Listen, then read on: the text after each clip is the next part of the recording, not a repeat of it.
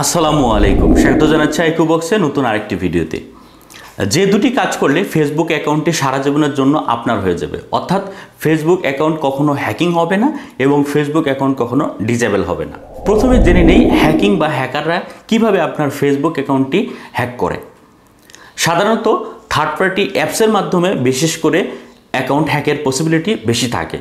যখন third party অ্যাপসের মাধ্যমে আমরা লগ ইন করি এবং বিভিন্ন জায়গায় বিভিন্ন ফর্ম ফিল আপ করি, তারা আমাদের বিভিন্ন ইনফরমেশন সেখান থেকে গ্যাদার করে নেয় এবং যার মাধ্যমে তারা পরবর্তীতে আমাদের অ্যাকাউন্টটি হ্যাকিং করতে পারে। এছাড়াও যখন আমরা থার্ড পার্টি বিভিন্ন অ্যাপস ডাউনলোড করি বা সফটওয়্যার ডাউনলোড করি, তার মধ্যে থাকে বিভিন্ন ভাইরাস, যেগুলো ফিশিং করে পরবর্তীতে আমাদের ডাটা চুরি করে, অর্থাৎ পাসওয়ার্ড, ইমেল, ইনফরমেশন চুরি করে, যার মাধ্যমে তারা আমাদের অ্যাকাউন্টটিতে হ্যাকিং করে এবং আমাদের বিভিন্ন ডাটা সরিয়ে নেয়। প্রায় 24টি এ ধরনের অ্যাপস আছে যারা এই হ্যাকিংয়ের সাথে সম্পৃক্ত এবং বিভিন্ন তথ্য চুরি করে। তাদের এই অ্যাপসগুলোকে ইতিমধ্যে ফেসবুক কর্তৃপক্ষ থেকে নোটিশ জারি করে দিয়েছে।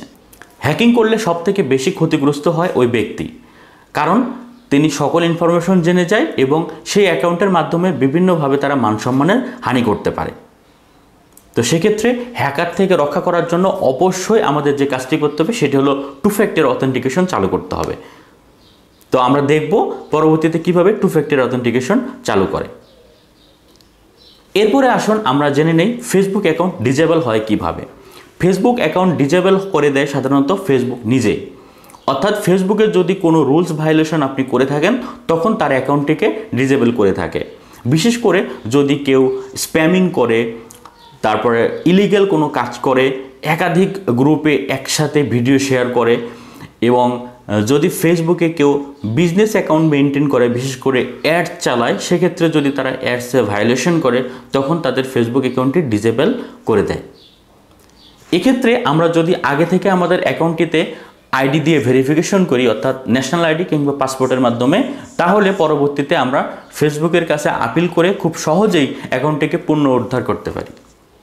তো এই দুটি পদ্ধতি আজকে আমি আমার ভিডিওর মাধ্যমে দেখাবো। কথা না বলিয়ে চলুন সরাসরি আমরা এখন কাজে চলে যাই।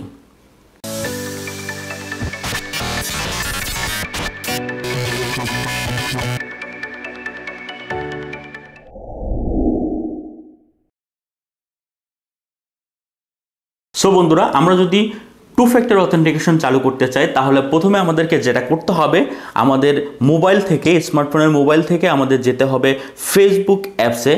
ফেসবুক অ্যাপে ঢোকার পরে আমাদের 3 ডট প্রোফাইলে ক্লিক করতে হবে। সেখান থেকে আমাদের চলে যেতে হবে সেটিং অপশনে। আপনি চলে যাবেন security and log in options. এরপরে আপনি যাবেন two factor authentication, use two factor authentication, help protect your account, select security method. আমরা এখানে দেব টেক্সট মেসেজ SMS, তারপরে কন্টিনিউ। এরপরে আমাদের ফোন নাম্বারটি দিয়ে দিব, না থাকলে আমরা অ্যাড করে নিব, কন্টিনিউ। এরপরে আমাদের কাছে একটি 6 ডিজিটের কোড চলে আসবে, সেই কোডটি আমরা বসিয়ে দিলে আমাদের অটোমেটিক্যালি রান হয়ে যাবে।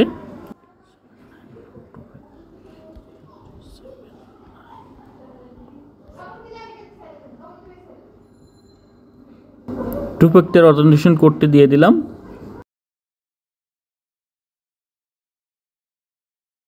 আপনার ফেসবুকের পাসওয়ার্ডটা দিন।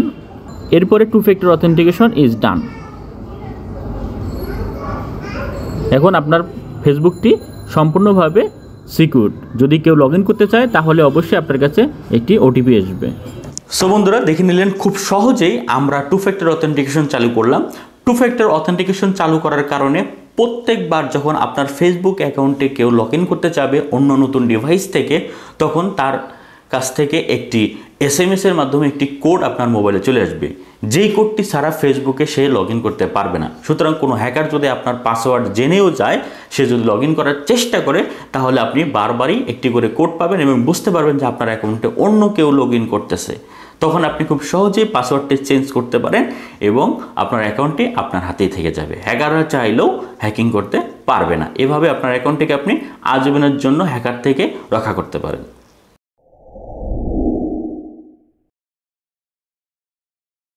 এবার আসুন আমরা কিভাবে ফেসবুক অ্যাকাউন্টটিকে ন্যাশনাল আইডি কার্ড দিয়ে ভেরিফিকেশন করে আজীবনের জন্য আমাদের করে নেব, সেই পদ্ধতিটি জেনে নিই। এই পদ্ধতিটির জন্য আমাদেরকে প্রথমে যেটা করতে হবে, আমাদের মোবাইল থেকে সরাসরি ফেসবুক অ্যাপসে যেতে হবে এবং সেখান থেকে আমাদের 3 ডটে ক্লিক করতে হবে।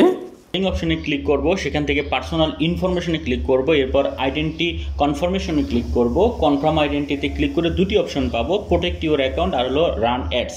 রান অ্যাডসের অপশনটিতে আমরা ক্লিক করব, কারণ আমি এখানে অ্যাড চালাবো, এই জন্য আমি এখানে বাংলাদেশ অপশনটা সিলেক্ট করে দেবো, কোন দেশে আমি রান অ্যাড করবো, এই জন্য আমি ভেরিফাই করব। এরপরে নেক্সটে ক্লিক করে আমরা আমাদের যে সিকিউরিটি অপশনগুলো আছে, যেমন পার্সোনাল আইডি আর নোটারাইজ ডকুমেন্টে দুটি অপশন পাবো আমরা সেখানে। তো আমরা নেক্সট অপশনে আসলাম। এখানে দেখেন তারা 2 ফ্যাক্টর অথেন্টিকেশন আমার আগে করা আছে। এখানে দুটি অপশন আছে, আপলোড ইউর আইডি আর হচ্ছে হলো নোটারাইজ একটি অপশন আছে। নোটারাইজ অপশনটিতে আমরা একটি ফর্ম ডাউনলোড করার অপশন পাবো, সেই ফর্মটা ফিল আপ করে পাবলিক নোটারি করে আমরা সেই ফর্মটা আপলোড করলেও এভাবেও আমরা ভেরিফিকেশন করতে পারি। তবে আমরা এখানে যেটা করব সেটা হচ্ছিল আপলোড ইউর আইডিতে ক্লিক করে আমাদের ন্যাশনাল আইডি যে ভেরিফিকেশন আছে সেটি করব। এরপরে দেখেন এখানে তারা দুটি অপশন দিয়েছে, ন্যাশনাল আইডি কার্ড আর ড্রাইভিং লাইসেন্স। আমরা ন্যাশনাল আইডি কার্ডে ক্লিক করলাম, এরপরে আমাদের একটি ছবি তোলার জন্য কী করতে হবে সেটি দিয়েছে। এবার আমরা সরাসরি একটি স্ক্যান অপশন পাবো, যেখানে আমরা খুব ভালোভাবে আমাদের ন্যাশনাল আইডি কার্ডের সব দিক থেকে ছবিটা যাতে পরিপূর্ণভাবে দেখা যায় এভাবে একটি ছবি তুলে আমরা সাবমিট করে দেব। এই সাবমিট অপশনে ক্লিক করব। সাবমিশন ক্লিক করলে আপলোড ইউর ইনফরমেশনটা আপলোড হয়ে গেলে আমাদের কাজ মোটামুটি শেষ হয়ে যাবে। সো দেখেন এখানে বলছে thank you for submitting your information, এবং এবার যদি আমরা একটু রিফ্রেশ করি তাহলে দেখা যাবে যে আমার ন্যাশনাল আইডি কার্ডটিও ভেরিফিকেশনের আওতায় চলে আসছে।